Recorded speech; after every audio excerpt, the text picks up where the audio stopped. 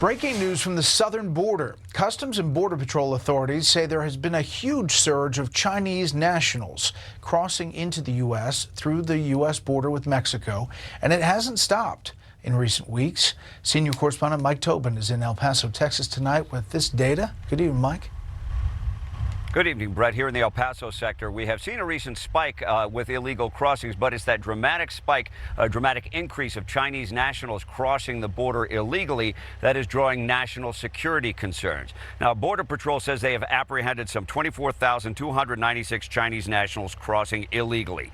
85% of them are single adults. The catch is we're only 6 months into the fiscal year, and the number of Chinese nationals apprehended has already exceeded the total from fiscal year 2023. And if you compare those numbers to fiscal year 21, the start of the Biden administration, there were 324. So the number of Chinese nationals marching into the U.S. has increased by more than 7,000%.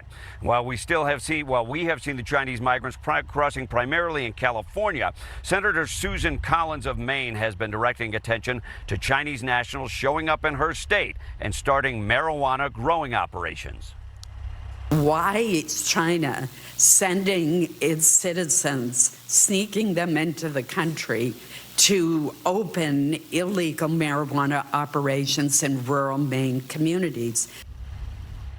At the border, the Texas National Guard has installed anti-climb barriers. People are coming from the Mexican side with bolt cutters to get through the razor wire and fencing. We watched this morning as a family with children on their backs found a hole in the barrier and made a break for the wall. Fox News camera in New Mexico got a shot of Border Patrol catching up to a runner and taking him down by force. Earlier this month, an aide to Democratic Senator Catherine Cortez Mastro was killed in a car wreck. The driver of the other vehicle was an 18-year-old Honduran in the United States illegally. Brett?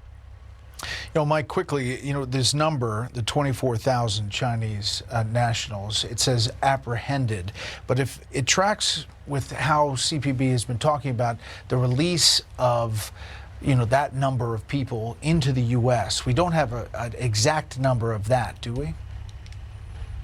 Well, you certainly have a large number of gotaways here in the El Paso sector alone. Over the last fiscal year, there was almost 50,000 gotaways. So that indicates there are a great number of people who have not been tracked getting into the U.S., Brett.